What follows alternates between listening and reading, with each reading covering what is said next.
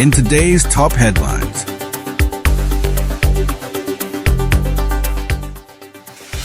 A catastrophic 7.7 magnitude earthquake devastated Myanmar, leaving over 2,700 dead, 4,500 injured, and approximately 450 individuals still missing. Marine Le Pen, leader of France's far-right national rally, has been banned from running in the 2027 presidential election after being convicted of embezzling EU funds meant for parliamentary staff. The bodies of 14 emergency workers were discovered in Rafah, Gaza, after being killed by Israeli forces while responding to civilians in need. After the arrest of former Philippine President Rodrigo Duterte by the International Criminal Court, or ICC, for alleged crimes against humanity linked to his brutal war on drugs, families of victims and human rights defenders are facing intensified online harassment and disinformation campaigns. U.S. President Donald Trump has announced plans to implement reciprocal tariffs on all countries, rejecting a more targeted approach that would have focused on just 10 to 15 nations with trade imbalances.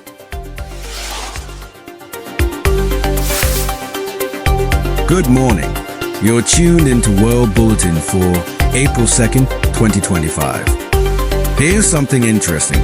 Did you know octopuses have 3 hearts, and their blood is blue due to a copper-based molecule called hemocyanin? Now, let's get into today's news.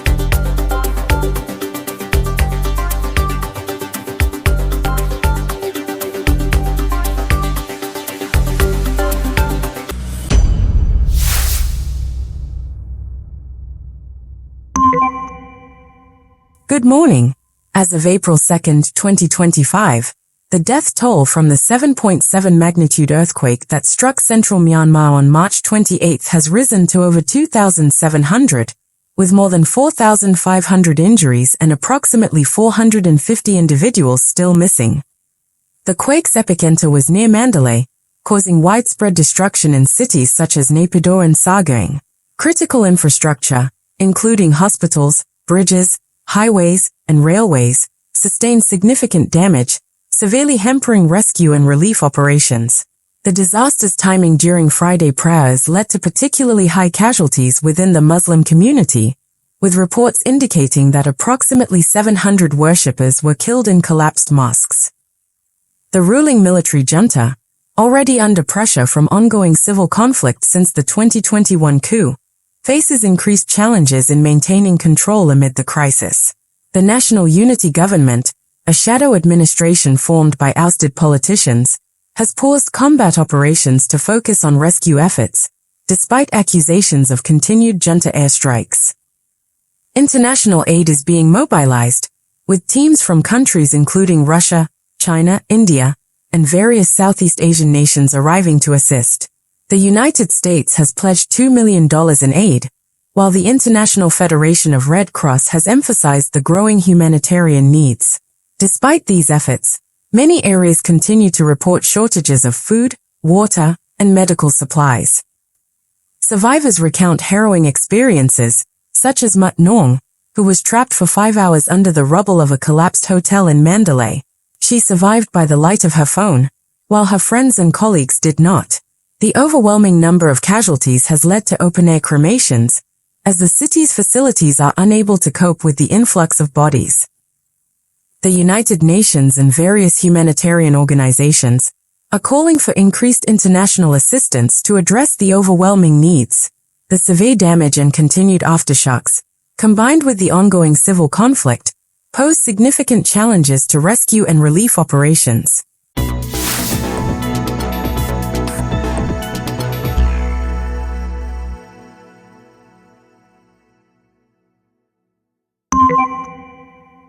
Marine Le Pen, leader of France's far-right National Rally Party, has been convicted of embezzling European Union funds, resulting in a 5-year ban from public office and a 4-year prison sentence, with 2 years suspended. This ruling effectively disqualifies her from participating in the 2027 French presidential election, where she was considered a leading contender. The Paris court found that Le Pen and her colleagues misappropriated millions of euros allocated for European Parliament assistance, diverting these funds to pay party staffers who did not perform parliamentary work. In addition to the prison term, Le Pen has been fined 100,000 euros. The court's decision includes an immediate ban from holding public office, even if she appeals. This development significantly alters France's political landscape, as Le Pen's absence from the 2027 race opens the field for other candidates. Jordan Bardella, the current president of the National Rally, is anticipated to become the party's candidate in the upcoming election. Le Pen has denounced the verdict as politically motivated and intends to appeal, asserting that the charges are an attempt to sideline her from the political arena.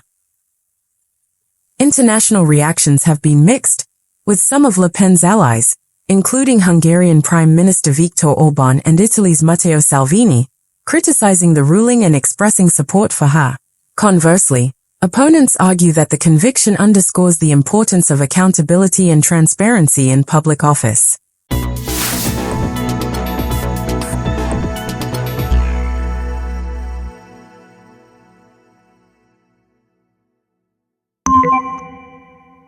The Palestine Red Crescent Society, PRCS, has reported the discovery of 14 bodies of emergency workers in Rafah, southern Gaza, who were killed by Israeli forces during a rescue mission.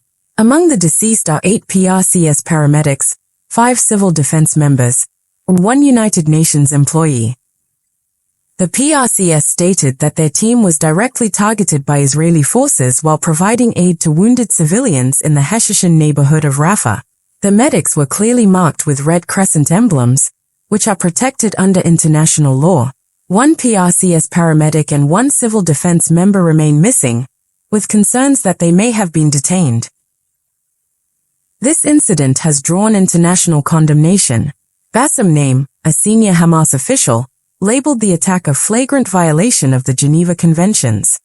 Tom Fletcher, head of the UN Office for the Coordination of Humanitarian Affairs, OCHA, criticized Israel's military conduct, highlighting that since March 18, Israeli airstrikes have targeted densely populated areas, resulting in the deaths of first responders and patients.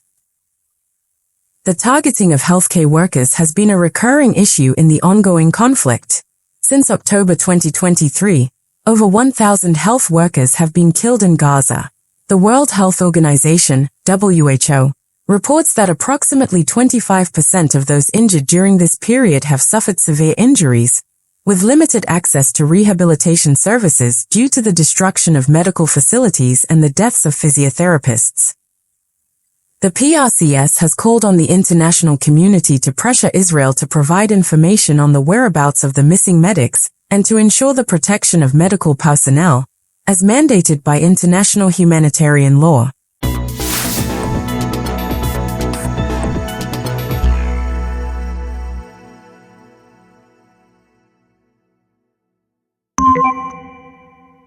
Following the March 11 arrest of former Philippine President Rodrigo Duterte by the International Criminal Court, ICC, for alleged crimes against humanity during his controversial war on drugs, families of victims and human rights advocates have faced escalating online harassment and disinformation campaigns. Shira Escudero, who has been seeking justice for her brother's 2017 killing, reported receiving numerous derogatory messages accusing her of being a drug addict and a liar. Similarly, many grieving mothers, activists, and lawyers have been subjected to intense online abuse. Social media platforms have seen a surge in disinformation efforts aiming to discredit the ICC's actions. False narratives claim that the ICC lacks jurisdiction and label Duterte's arrest as kidnapping. Additionally, pro-Duterte advertisements lacking required political disclaimers have been disseminated, further spreading misleading information.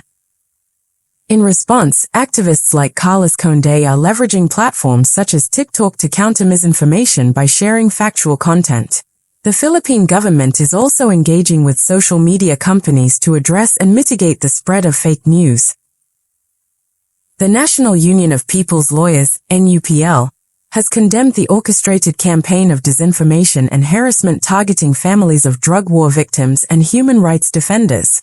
They assert that these attacks, driven by Duterte's network of supporters, aim to silence those seeking justice and obstruct ongoing proceedings before the ICC.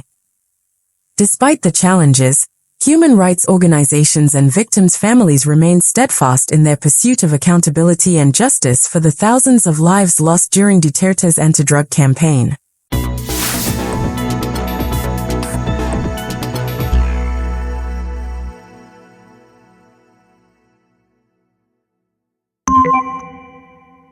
President Donald Trump announced plans to implement reciprocal tariffs on all nations, expanding beyond the initially targeted 10 to 15 countries with significant trade imbalances. The tariffs are set to be unveiled on April 2nd, a date the president has termed Liberation Day. The reciprocal tariffs aim to match the duties that other countries impose on American goods, addressing perceived unfair trade practices. This policy is part of the administration's broader strategy to protect domestic industries and reduce the U.S. trade deficit. Economic analysts have raised concerns that these tariffs could lead to higher prices for U.S. consumers, reduced corporate profits, and a slowdown in economic growth. Major stock indices have already experienced declines in anticipation of the tariff announcement, reflecting investor apprehension about a potential trade war. International leaders have criticized the move, with responses ranging from threats of retaliatory measures to calls for diplomatic negotiations. The administration maintains that the tariffs will ultimately benefit American workers and industries by leveling the playing field in global trade. With the tariffs now in effect, businesses and consumers brace for economic and global impacts. Well, it's truly heartbreaking. Entire communities have been reduced to rubble, families have been torn apart, and relief efforts are struggling due to the ongoing conflict in the region. People are in desperate need of food, water, and medical aid. And what makes this even harder to process is the limited access to rescue resources. Some areas are completely cut off, leaving survivors trapped, waiting for help. We can only imagine the pain and fear they are experiencing right now. Absolutely. Our thoughts and prayers go out to the victims and their families. We can only hope that humanitarian aid reaches them swiftly and that more lives can be saved in the coming days. And for those watching, if you'd like to help, please consider supporting verified relief organizations. Every effort, big or small, can make a difference in a tragedy like this. Yes, I totally agree. In times like these, coming together as a global community is more important than ever. Well, that's all the time we have for tonight. We'll continue to follow this story closely and bring you any updates as they come in. Thank you for staying with us. Take care, stay safe, and we'll see you in our next news report. I'm Sophia Blay. And I am James Hayes. Good night, world.